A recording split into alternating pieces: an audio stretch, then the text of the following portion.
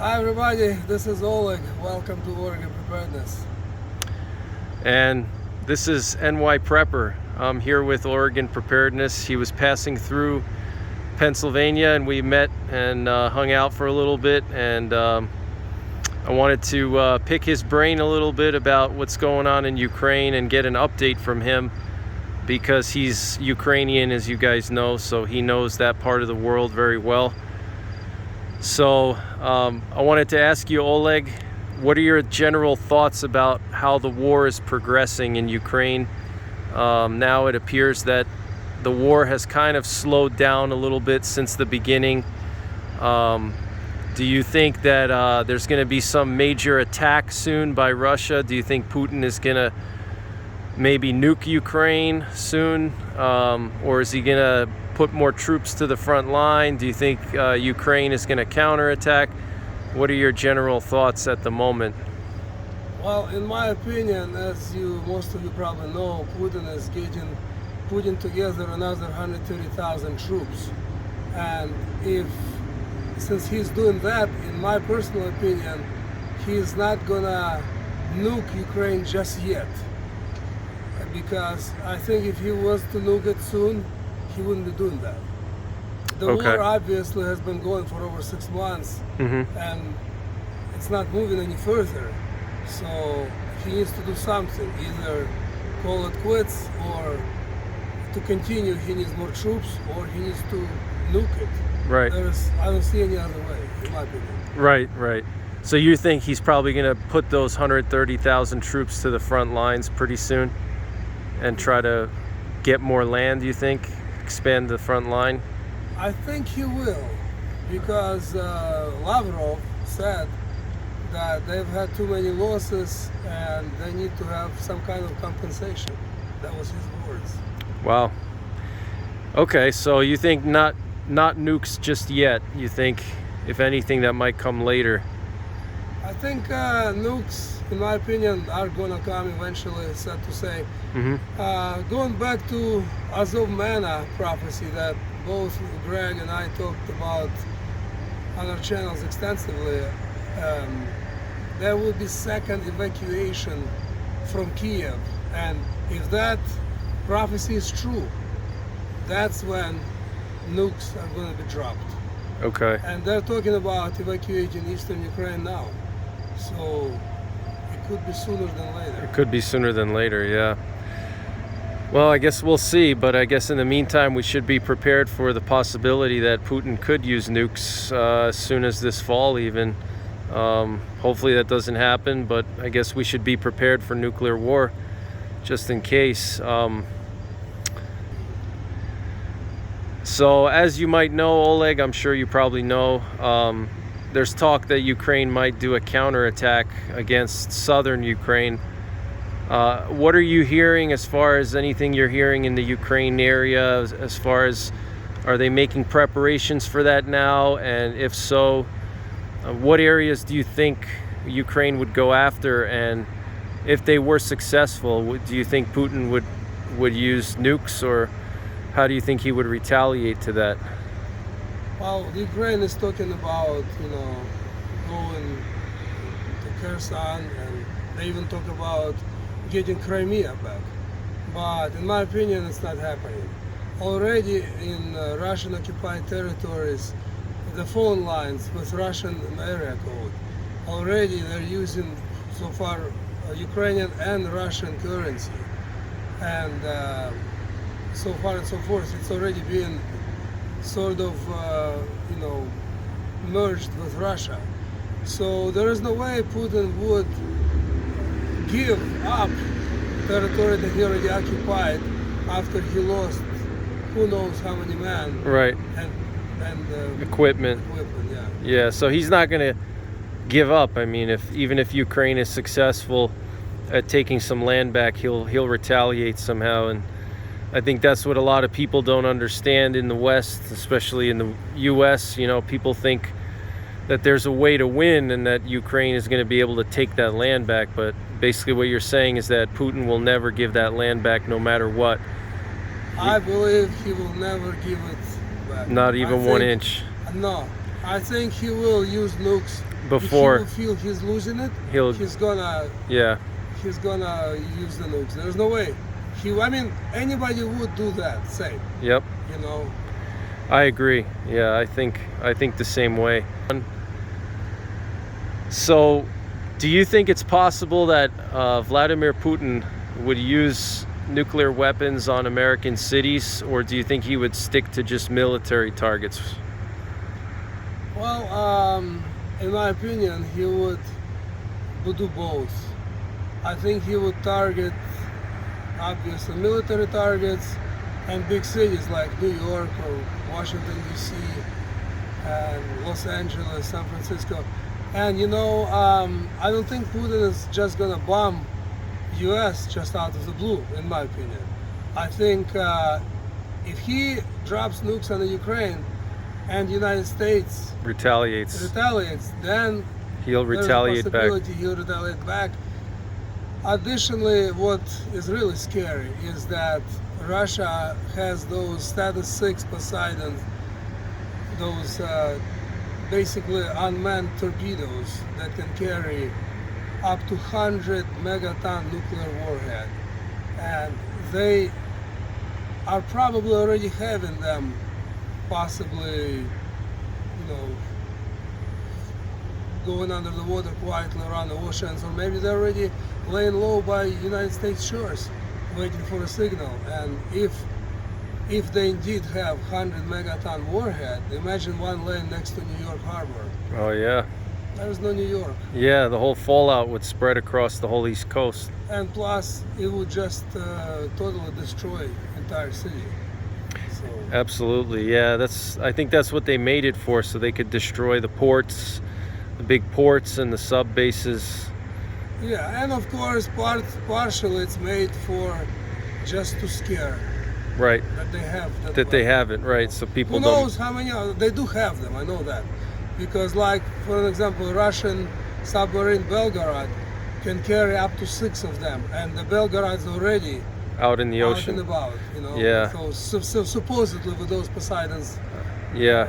on it. So I think they released it last year or the year before, if I remember. something like that. Yeah, which is interesting timing that they would release the Belgorod right into the ocean like a year before their invasion of Ukraine. It's almost like it was shows planned. Everything was pre-planned a long time ago. Did you see by any chance this guy in Ukraine? His name was Arestovich. I think he's one of Zelensky's top military advisors. It's funny you should mention Arestovich.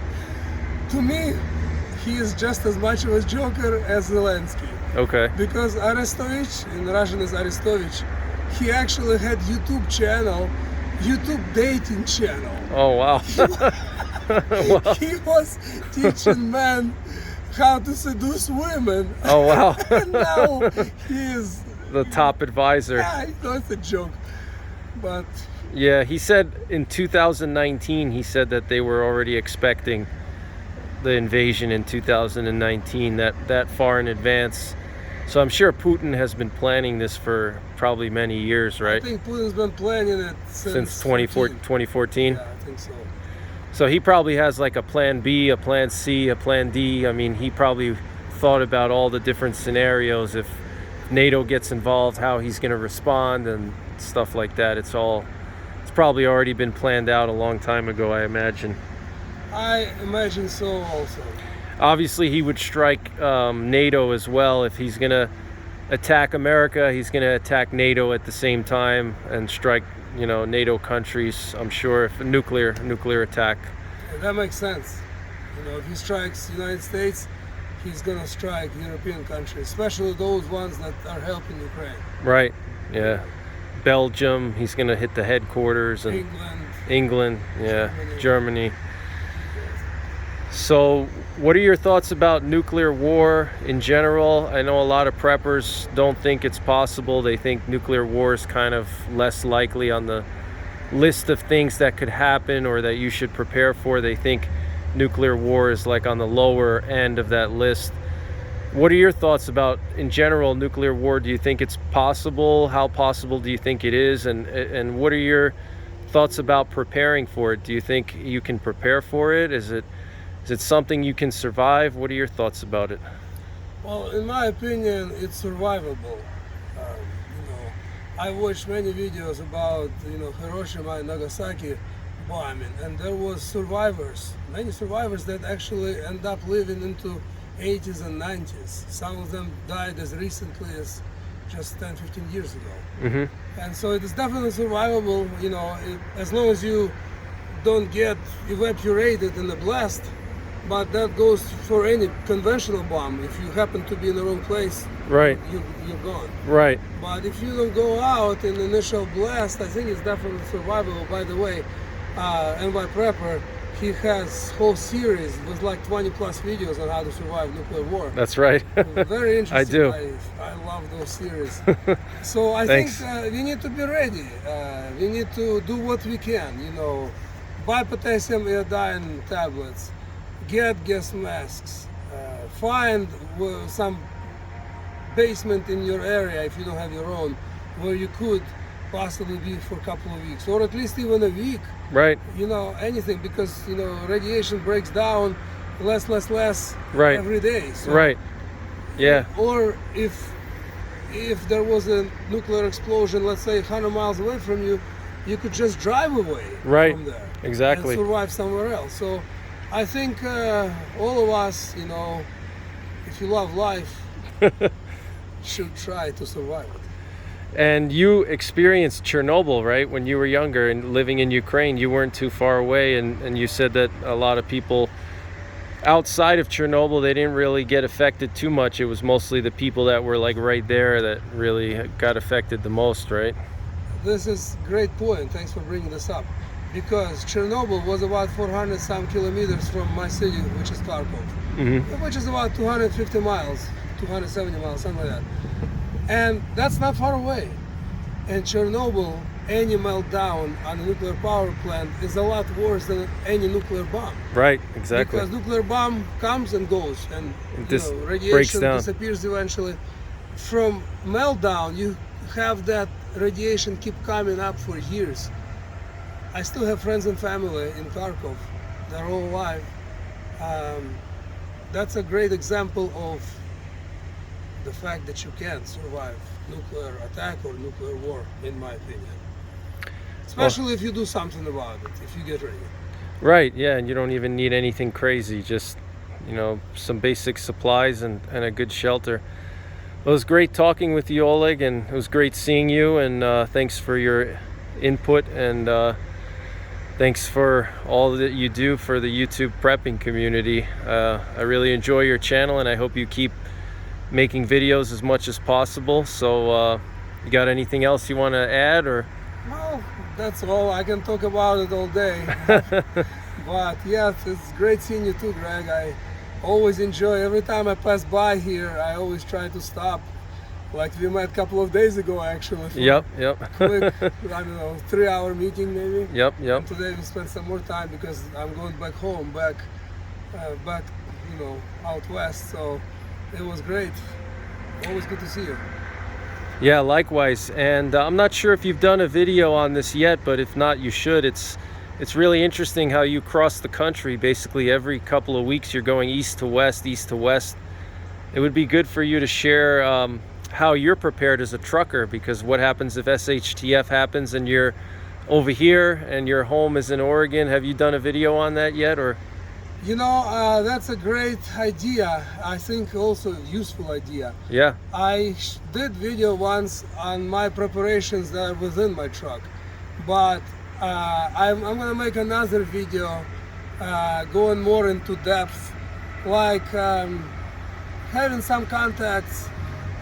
For example, if I'm in this area and nuclear war happens and I cannot go anywhere else, I know Right. I can count on you to. Right. You could use my basement. Use your basement, whatever. Yeah. Yes. Yeah. We could share supplies. Yeah. To get some kind of help. Right. Right. And I think it's important for any truck driver or any Traveler one who travels for work to different parts of country to have contacts in different parts of country, because you never know when it can strike.